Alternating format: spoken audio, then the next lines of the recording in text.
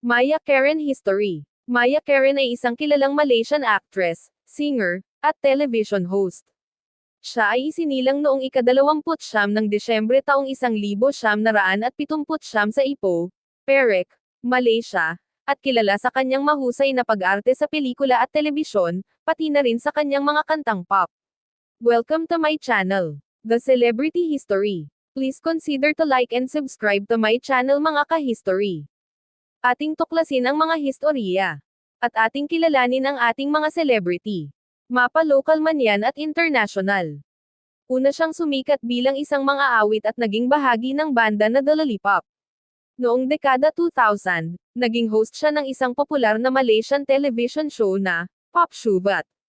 Dahil sa kanyang tagumpay bilang isang mga awit, nakuha niya ang award para sa Best New Artist sa Anugerah Industry Music, na kilala bilang isang prestihiyosong award sa larangan ng musika sa Malaysia. Naging kilala rin si Maya Karen sa larangan ng pag-arte, at ilan sa kanyang mga pelikula ay naging matagumpay sa Malaysia at iba't ibang bahagi ng mundo.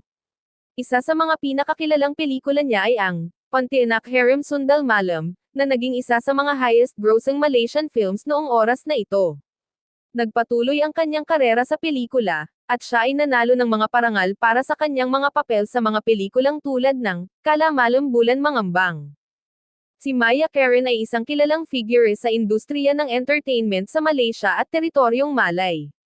Siya ay patuloy na nagbibigay inspirasyon sa mga kabataan sa kanyang bansa at sa buong rehiyon ng Southeast Asia. Narito ang ilang karagdagang impormasyon tungkol kay Maya Karen. Pagsiklab ng karera, nagsimulang sumiklab ang karera ni Maya Karen noong dekada 1970 bilang isang mga awit sa Malaysia.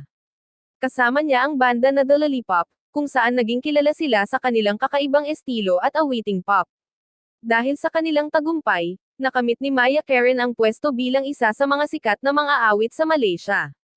Pag-arte sa telebisyon, bukod sa kanyang karera bilang isang mga awit, naging host rin si Maya Karen ng mga television show sa Malaysia. Isa sa mga pinakakilalang programa na pinangunahan niya ay ang Pop Shubat, kung saan ipinalalabas ang mga nangungunang musikang pop sa bansa. Pelikula, nagpahayag si Maya Karen ng kanyang galing sa pag-arte sa mga pelikula. Isang mahalagang bahagi ng kanyang filmography ay ang pagganap niya sa ilang kilalang pelikulang Malaysian, kabilang ang Pontianak Harem Sundal Malam, noong 2004, kung saan ginampanan niya ang papel ng isang Pontianak, isang uri ng multo sa kulturang Malay. Ang pelikulang ito ay naging isang matagumpay na proyekto at nagdulot ng karagdagang pagkilala kay Maya Karen bilang isang aktres. International projects. Bukod sa mga pelikulang Malaysian, nakilala rin siya sa ibang bansa dahil sa ilang internasyonal na proyekto. Isa sa mga ito ay ang pagkakaroon niya ng papel sa Indonesian horror film na Rumah Dara, noong 2009, na naging kilala sa buong Southeast Asia. Pagiging environmental advocate, si Maya Karen ay kilala rin sa kanyang advocacy para sa kalikasan at environmental conservation. Isa siyang environmentalist at aktibong nangangampanya para sa pagpapahalaga at pangangalaga sa kalikasan sa Malaysia. Ipinahayag niya ang kanyang suporta sa mga environmental causes sa iba't ibang pagkakataon. Sa kabuuan, si Maya Karen ay isang multi-talented artist na kilala sa larangan ng musika, telebisyon, at pelikula sa Malaysia at iba't ibang bahagi ng rehiyon ng Southeast Asia. Ang kanyang tagumpay at pagiging boses para sa kalikasan ay nagbibigay inspirasyon sa marami. Thank you for watching.